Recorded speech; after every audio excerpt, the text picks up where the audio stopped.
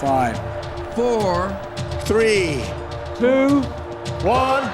But who's counting, right? And his name is Major. Oh, ladies and gentlemen, please welcome Major Garrett. From the nation's capital. Major, fantastic. It's The Takeout. This is a major achievement.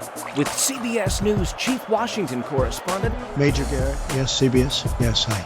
Major Garrett. Major, that's nonsense, and you should know better. Is Major out of the doghouse? The answer is yes. Welcome to the very best part of my broadcast week. I'm Major Garrett. This is The Takeout, politics, policy, a little bit of pop culture. And this week we're going to go in the Wayback Machine. Sometimes, you know, dear listeners and viewers, we're right in the harness of the news that week. Sometimes we take a step back. This week we're taking a step back. We're going to talk about Lyndon B. Johnson and his relevance today. And there's no better person to help us do that than Mark Lawrence, director of the Lyndon B. Johnson Presidential Library in Austin, Texas. Mark, thanks so much for joining us. Thanks for having me. It's great to be here. So for my audience, if you were to synthesize or attempt to synthesize LBJ's relevance to Joe Biden and his presidency, how would you try to do that? I think that Lyndon Johnson stands out as the gold standard of a president who really got things done and made Congress work. Now, it's unfair. It's totally unfair to Joe Biden to suggest that he should be like Lyndon Johnson, because the political context, obviously, the nature of Congress, so many other things have changed. So I don't want to suggest that, you know, Joe Biden could improve his performance and become another Lyndon Johnson. But I do think that Johnson, nonetheless, has a lot of appeal these days because he is that striking exception in the modern era of American politics, a president who managed to get a whole lot of things done. By many measures, he was the most productive president in terms of legislation adopted since Franklin Roosevelt. And just for my audience's benefit, you know this is true, but I want you to communicate it to them. He had much larger majorities to work with, though not always aligned with his agenda. Walk my audience through that. That's right. The early 1960s were a period of huge Democratic majorities in Congress. And honestly, I think more than that, a big consensus around what I would broadly call liberalism. That is the idea that government was a useful and productive instrument for marshaling resources and know-how and all the abundance of American life in that period to produce positive change for its citizens and, frankly, for the world as well. So many Republicans lined up behind that vision as well. And Lyndon Johnson was fundamentally, I think, a liberal in a sense that he believed in government and what it could do. So he could find votes on his side of the aisle. He could find a lot of votes on the other side of the aisle. And that speaks to his agenda, the climate of that time. And it also speaks to the fact that both parties were big tents, so to speak. The Republican Party included liberals and conservatives. The Democratic Party included liberals and conservatives. So there was a liberal coalition that he could cobble together, usually across parties, on many, many, many issues. And that's certainly one of the things that's very different in 2023. And when you talk about liberalism, it's important to remind my audience that Lyndon Johnson, as many Democrats did, came of age after the Great Depression. His politics, his sense of what the government could or could not accomplish was informed by the Great Depression, then World War II. Those were two very large examples of what a forceful, intentional, aggressive federal government could do, were they not? That's exactly right. Lyndon Johnson came to prominence and first won a seat in Congress, first in the House, during the Depression, during the New Deal. And he was a strong advocate of Franklin Roosevelt and everything that Roosevelt represented. In fact, really, he won his House seat in his Texas district by out-Roosevelting all of his rivals. He was the most loyal, the most passionate about everything that Franklin Roosevelt stood for, and it really worked for him. And he sincerely, I think, believed it as well. And fundamentally, I think the New Deal was all about putting the government, especially the federal government, to work on behalf of ordinary people who, in these desperate times of the 1930s, simply couldn't fend for themselves. And it's also worth pointing out that if you look at the raw numbers, Democrats in the House, Democrats in the Senate, you would think, well, everything was a breeze for Johnson. Of course, he had these massive majorities. But there are often times, particularly on the issues of race, where his own party was not just a frustration, but an impediment. Absolutely. I made the point a moment ago that both parties were big tents. They included lots of different factions, and this was certainly true of the Democratic Party. I mean, think about the Democratic Party in the 1950s and 1960s, and perhaps the 30s, 40s, 50s, 60s. It included Southern whites, a part of the population that was by and large deeply committed to Jim Crow, to segregation, and to the preservation of that system into the indefinite future. Well, the Democratic coalition also included many Northerners. It included minority groups. It included the immigrants and the children of the immigrants who had come to the United States in the late 19th and early 20th century. It included organized labor and intellectuals. So this was a very awkward and unwieldy coalition of strange bedfellows in some ways, but no combination is stranger, I think, than that the Democratic Party had Southern whites in its tent, and also Northern liberals and minority groups themselves, very much including increasingly African Americans. So he had a real challenge to hold this together and to find a path on civil rights that wouldn't blow apart the coalition that he counted on. Mark, explain to my audience how Lyndon Baines Johnson, having grown up early in politics in this era and around these people, made his own break with that segregationist Southern approach. This is such a fascinating question. And honestly, I think it's one of those puzzles about LBJ that still drives biographers and historians to this day. There is no single good answer to that question. How did someone who came from the white South, who was very much steeped in the culture of white supremacy and segregation, become the champion of civil rights at many points over his career, but of course, especially during his presidency?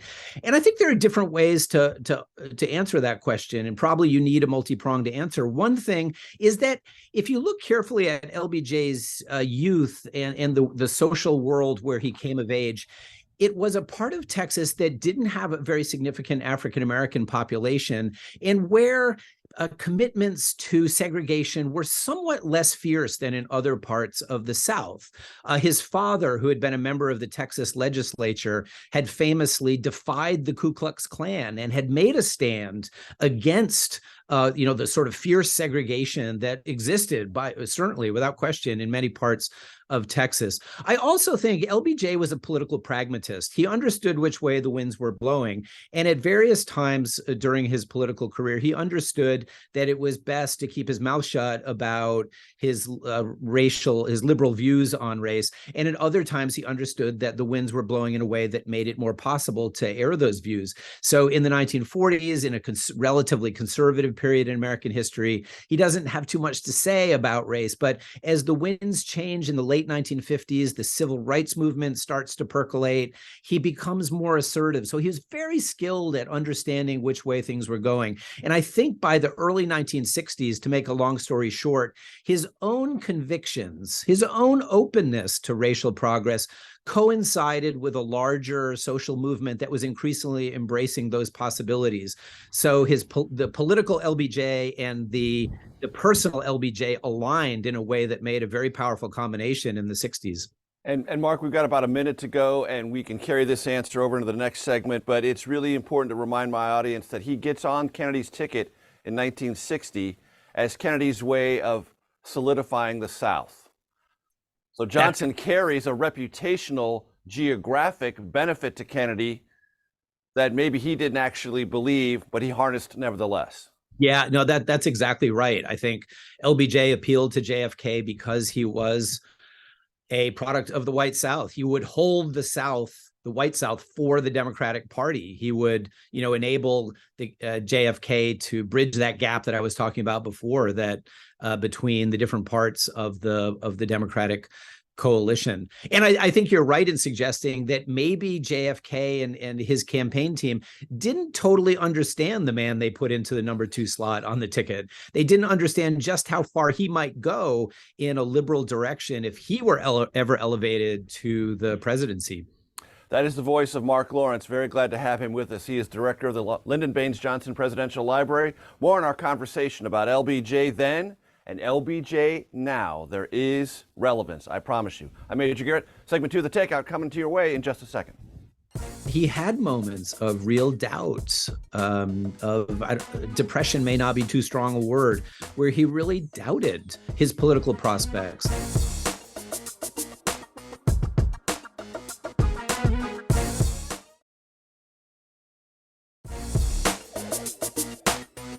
From CBS News, this is The Takeout with Major Garrett.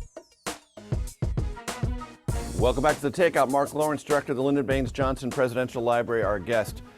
So when we left off, we talk about President Kennedy putting Lyndon Johnson on the ticket in 1960, a very close election.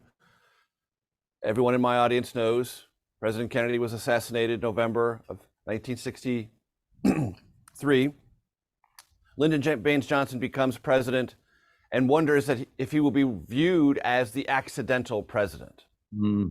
How much did that haunt him in those early days of becoming president in the shadow of an assassination that rocked the country for months, if not years?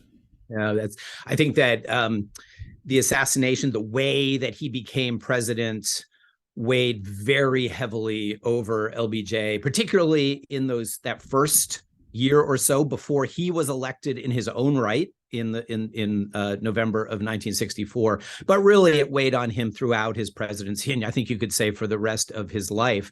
He wanted to demonstrate that he was loyal to JFK and to what JFK had embodied and what he hoped to achieve as president. So when he steps into the Oval Office, he really emphasizes continuity.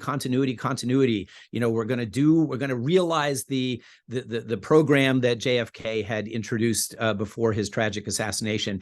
And yet it is also true that LBJ, I think, worried that he would never get out from under the Kennedy shadow. And especially he worried about Robert F. Kennedy, JFK's brother, who loomed large as the Attorney General whom LBJ inherited from his predecessor, and then as a political rival, a senator from New York, and it would turn out in 1968 a rival for the Democratic nomination. So he really worried in a very specific and tangible way about Bobby Kennedy stepping to the fore and claiming the mantle of leadership of the Democratic Party in the name of his slain brother.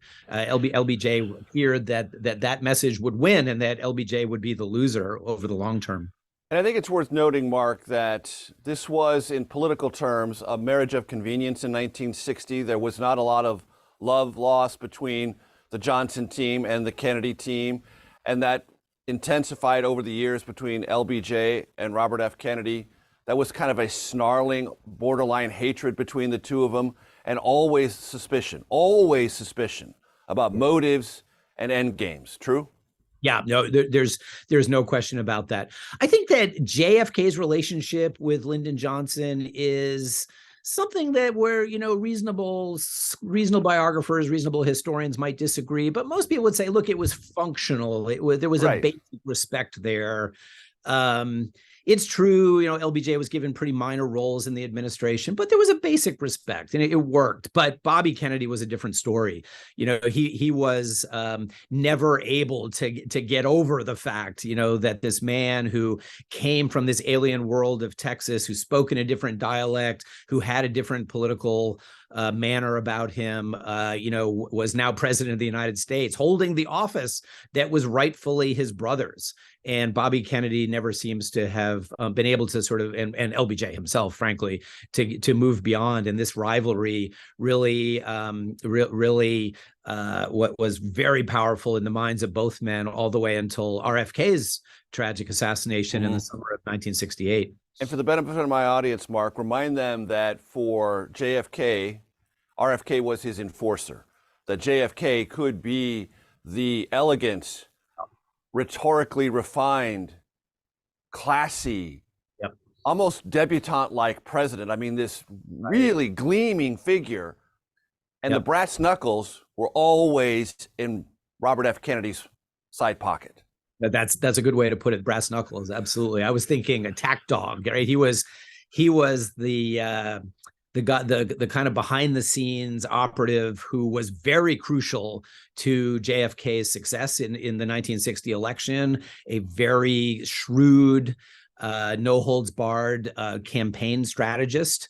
And he continued to play that role in many ways, it seems to me, once JFK was in office, while at the same time being a very close, the most important advisor to his brother, including, among other episodes, the Cuban Missile Crisis. The most important advisor to JFK, and maybe the most perilous moment the United States had ever faced was not the Secretary of State or the Secretary of Defense. It was Bobby Kennedy, and that had to rankle LBJ, along with so many other reasons that he disliked RFK. From your perspective, and when you talk to visitors who come through the library, how much of their sense of LBJ is informed by Bryan Cranston playing him either in Broadway or in the movie All the Way? I think probably a fair amount. That's a good point. It's interesting. LBJ has made a bit of a comeback in the last decade or so in American popular culture. There's the Bryan Cranston movie. There were a couple of others that came out around the same time. The Path to War, about the Vietnam decisions a few years before that. And I think all of them taken together have the effect, very much including the Bryan Cranston one, of making LBJ a more sympathetic figure. I think he is someone who lends himself to caricature because of the way he spoke and the kind of crude style that he sometimes had in public settings. But we now know through a lot of sources, and I think this has really been amplified in those films, that LBJ was a really complicated guy who could be quite compassionate, quite sympathetic, quite human at many moments, even as he could, at other times behave in very different ways. So I think Bryan Cranston really nailed that.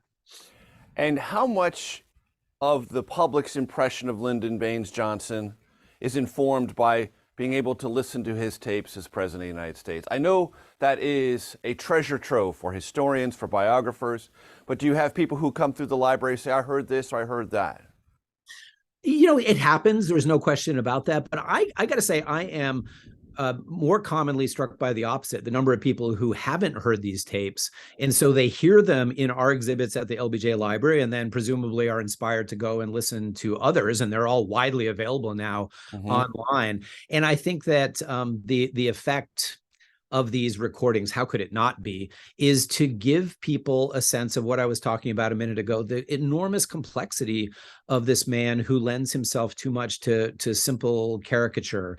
He was a fantastically complicated guy who could, on one occasion be deeply into the intricacies of policy, who displayed real emotion and compassion on many occasions. Yes, could do arm twisting and deal making as nobody could in American politics. So you see all of those different registers of LBJ's personality, I think, in listening to these fantastic recordings that we're so fortunate to have.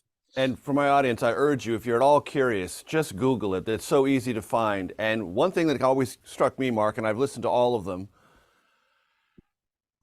there's all sorts of things that you said, but one thing that comes through at times is the fatiguing nature of the presidency.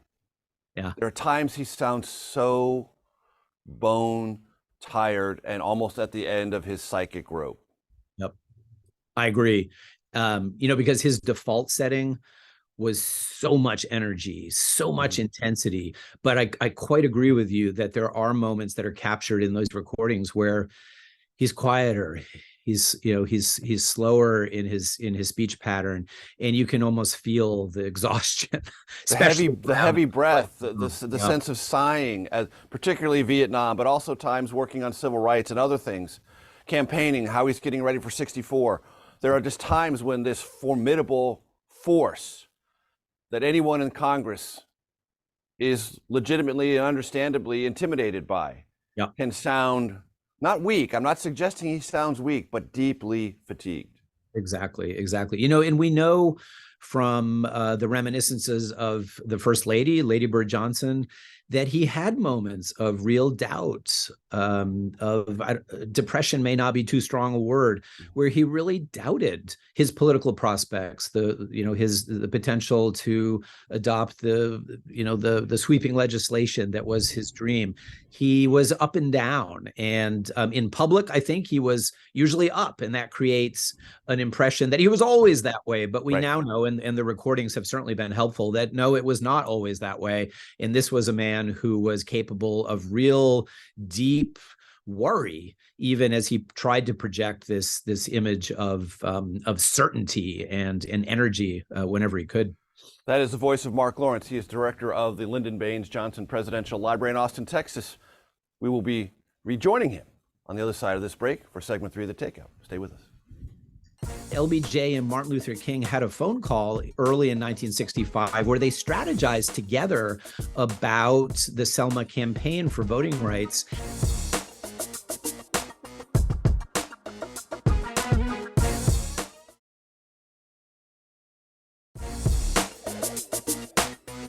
From CBS News, this is The Takeout with Major Garrett. Welcome back to The Takeout. Ponder this, ladies and gentlemen.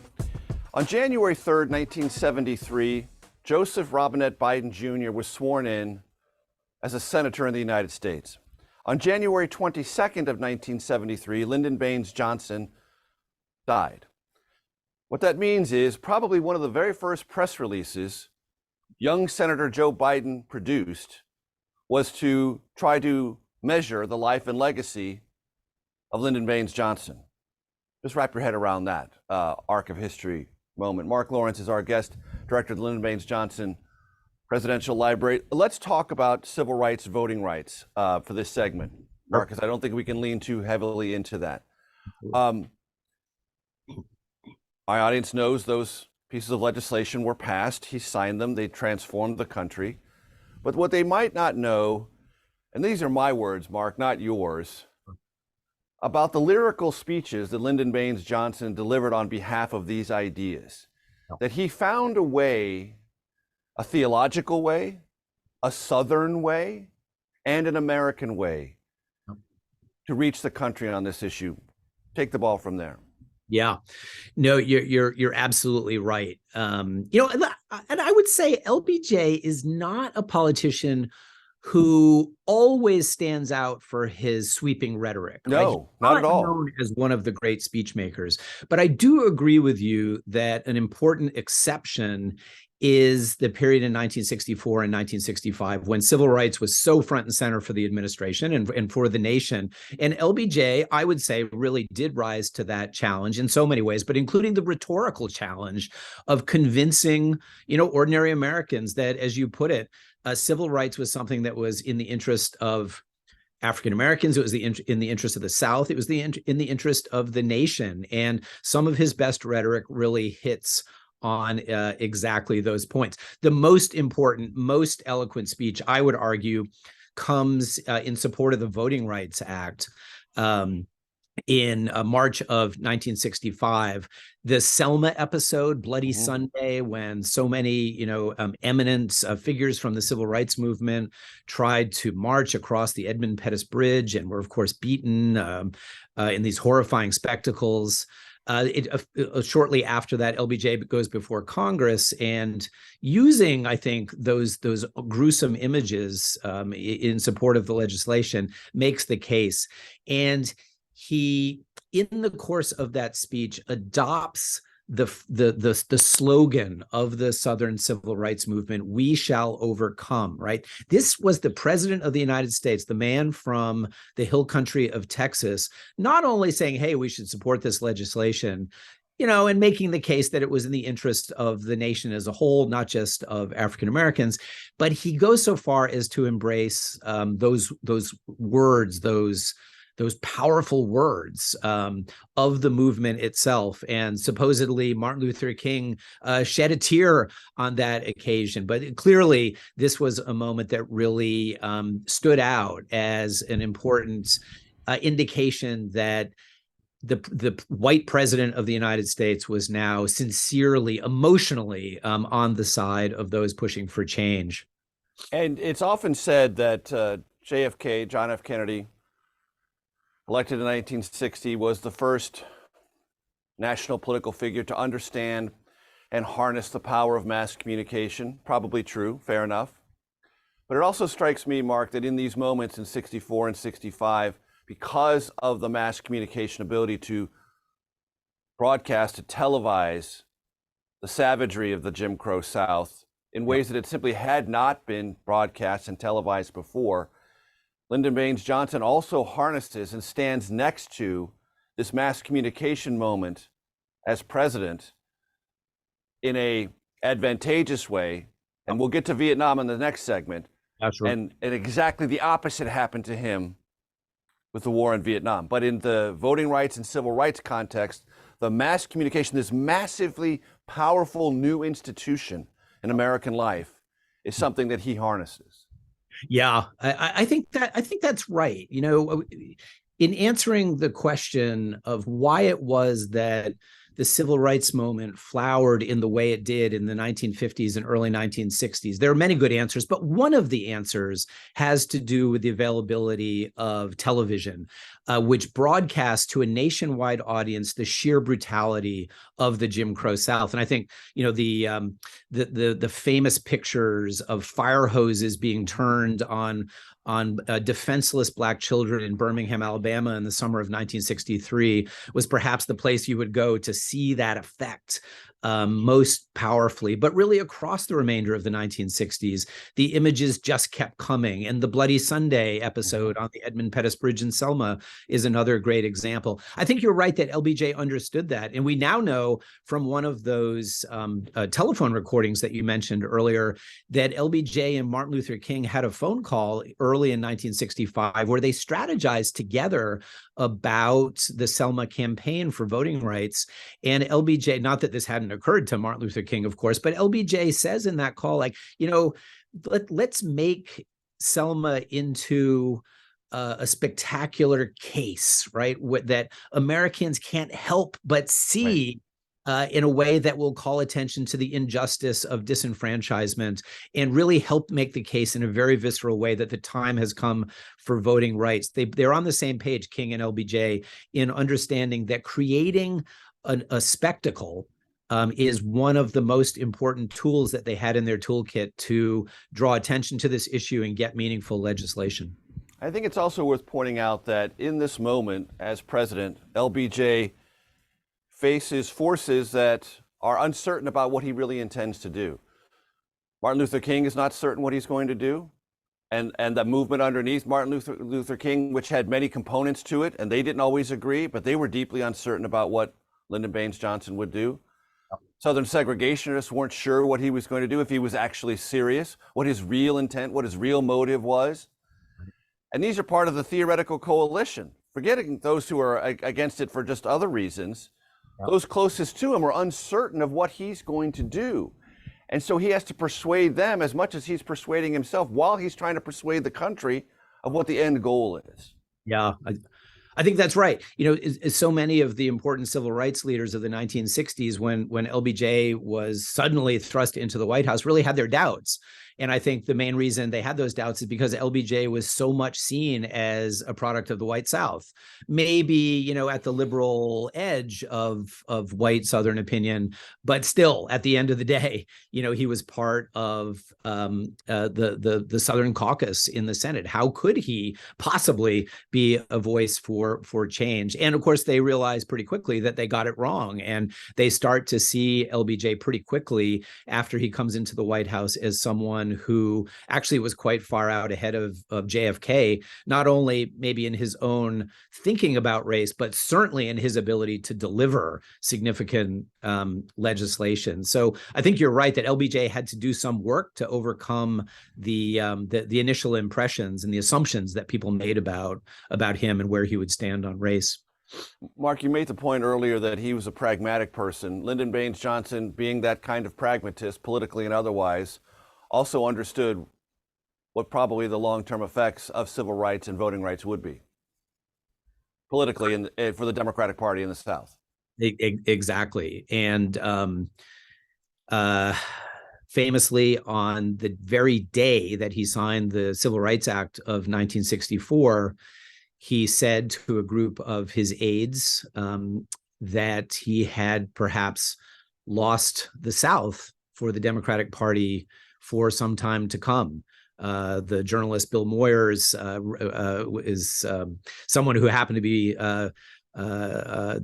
next to LBJ on that evening after this important milestone event and recorded that comment. And ever since, people have been quoting that comment as a pretty accurate prediction of, in fact, what would happen. We've all seen the South turn so drastically toward the Republican Party in recent times. LBJ knew what he was talking about.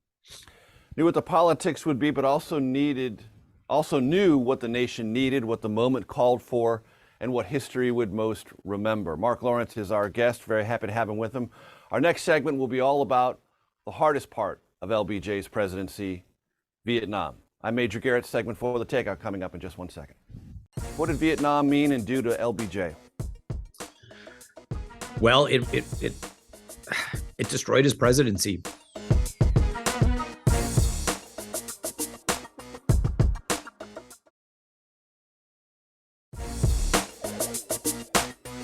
From CBS News, this is The Takeout with Major Garrett. Welcome back to The Takeout. Look, any conversation about a significant presidency is a compressed conversation, even if you have as much as an hour as we do.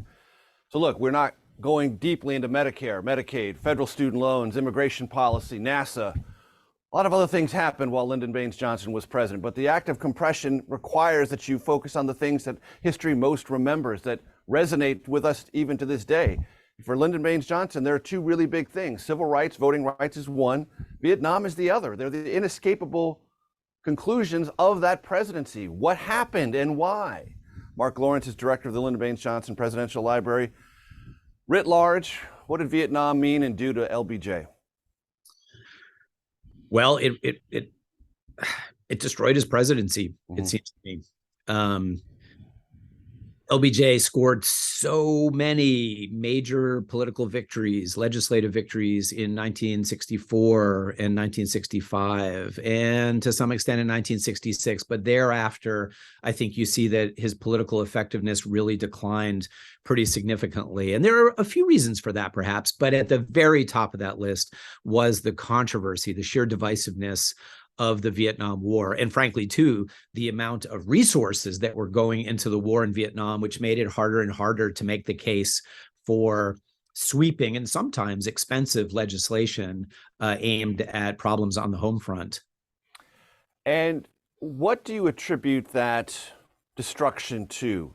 What did LBJ get wrong in his wrestling with Vietnam? Because if you go back to the tapes, you can hear he's wrestling with it and uncertain about it at a very early stage. But his public pronouncements are diametrically opposed to these private, grinding doubts.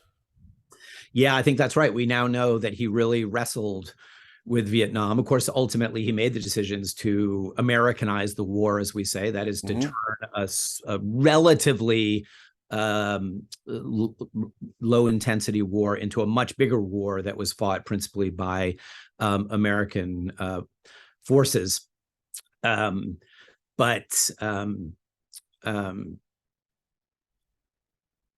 think that his problem with the American public as the Vietnam War escalated was that really his policies made nobody happy. He, as we all know, stirred a major, what we generally call the anti-war movement, right? People who were largely to the left of LBJ, who believed that this was a senseless use of American resources. This was intervention in another country's civil war. He was also, though, confronted with criticism from the right, from people who argued, look, if you're going to fight a war, you should really go all out. So a lot of Southern Democrats fight harder, do more. Exactly. I think sometimes we forget that LBJ was under attack from both directions. And so I think of LBJ as time passed as on this ever shrinking sort of island of political support that was being eroded on both sides. And again, there were perhaps other reasons for that, but I think that the Vietnam War was the main reason that he was really fighting to preserve any sort of sense of popularity and political viability for his program as time passed.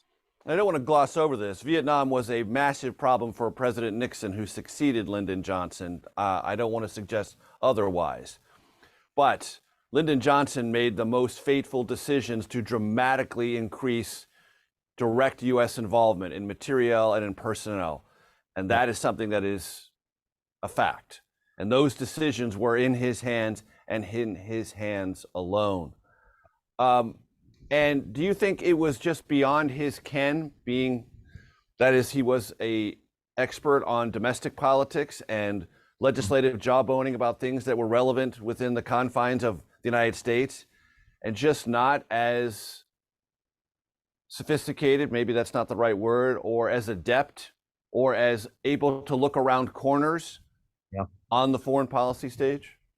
I think we can exaggerate, how out of his depth LBJ was in foreign affairs. After all, this is a guy who had served on the Senate Armed Services Committee for years and in part made a name for himself during the Korean War period for the work he did in investigating preparedness. So he was not he was not unfamiliar with a foreign policy. But I do think there's something to this idea that, look, at the end of the day, it was the domestic arena where he really focused his energy and he wanted to leave his legacy.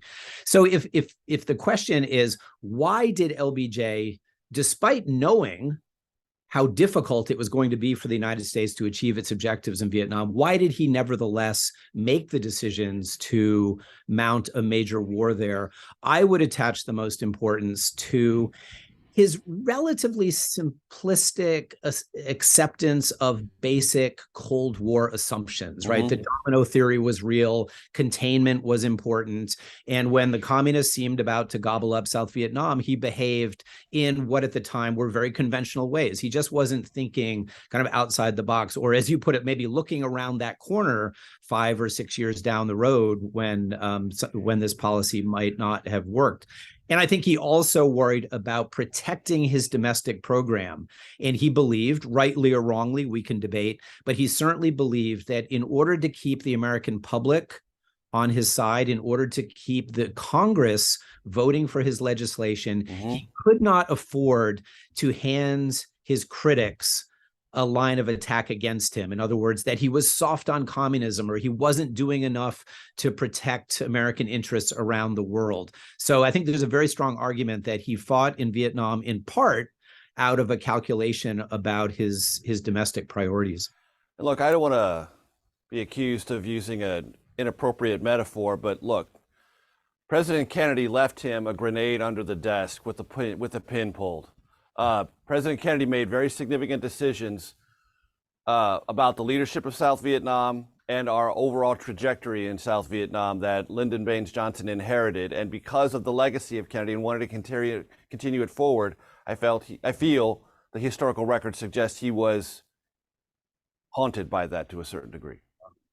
I think you're right. There's no question. I think that LBJ believed that Kennedy was fully committed to Vietnam and that therefore LBJ needed to be as well. Otherwise, he would invite criticism that he wasn't carrying out JFK's policies or that he wasn't up to the task of being president. I do, though, think that there's a case to be made that LBJ really didn't understand just what a sharp, shrewd, and nuanced thinker JFK was about foreign policy, very much including Vietnam. I think we can see now that JFK, though it is true he escalated American involvement in Vietnam, JFK drew the line at ground troops. He was, I think there's good evidence, adamant that the United States could not cross that line because he understood what a catastrophe it might be when large numbers of Americans started coming back in body bags, to use a bad cliche. LBJ doesn't seem to have had as many qualms about crossing that line. So it's very interesting to, it's an interesting parlor game, I think, for historians to imagine what would have happened if JFK had remained in office.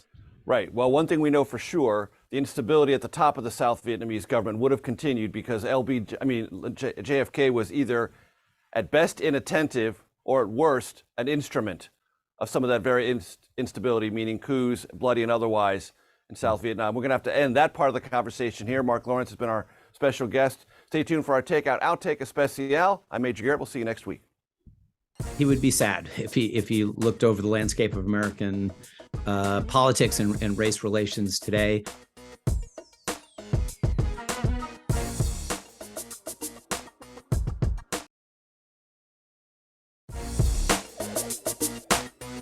From CBS News, this is The Takeout with Major Garrett. Welcome to your Takeout Outtake Especial. I'm Major Garrett, of course. Mark Lawrence, director of the Lyndon B. Johnson Presidential Library. Austin, Texas is our guest. This is one of the questions that arises all the time, and I almost feel bad asking it, but I think it's helpful.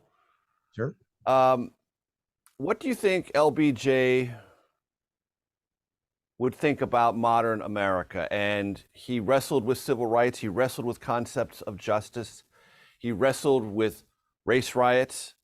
He created a commission to look at the underlying root causes of all of that. We have a great and ongoing intense debate in our country, not only about our racial history, but how it is carried out justly or unjustly in interactions between authority, police, and African Americans. What do you think he might have to say about that? Well, I think he would be sad if he looked over the landscape of American politics and race relations today. I think that he would be saddened by the polarization of American politics. He'd have a hard time understanding it, I think, because he was such a creature of that mid-century moment when there was so much more flexibility and so many more coalitions to be built on even controversial political matters. But when it came to race, too, I think he would say a version of what he, in fact, did say in his last public speech in December of 1972, just a few weeks before he died. He gave a speech in which he very ruefully, I think with a twinge of sadness, said, you know, we accomplished a lot. There's something there to be proud of, but we didn't do enough. More, you know, there was more that we could have and perhaps should have done, even during the LBJ presidency. But I think he would probably look over our landscape today and say, wow, you know, we had such a sense of doing important, momentous things, but it wasn't nearly enough. And I think we can now see that the accomplishments of the Johnson presidency when it came to race were very much focused on legal and policy remedies. So, you know, protecting the right to vote, prohibiting discrimination in so-called public accommodations, including privately owned business, right? These were major advances in the way we handle race relations as legal and policy matters. But of course, these laws don't necessarily cut to the heart of what people actually hold in their heads and the decisions they make in a daily in their daily lives. Now, you know, I'm not sure we could fault a president for being able to get inside people's heads, you know, Right, and sure. and change fundamental attitudes. But I think LBJ would probably be struck, perhaps as many of us are, by the fact that those advances of the 1960s were important, but, you know, they only got us a part of the way there. I'm not sure what number to put on that, but a good percentage of the work remains to be done. Very quickly, Mark, do you think LBJ would recognize Texas politics?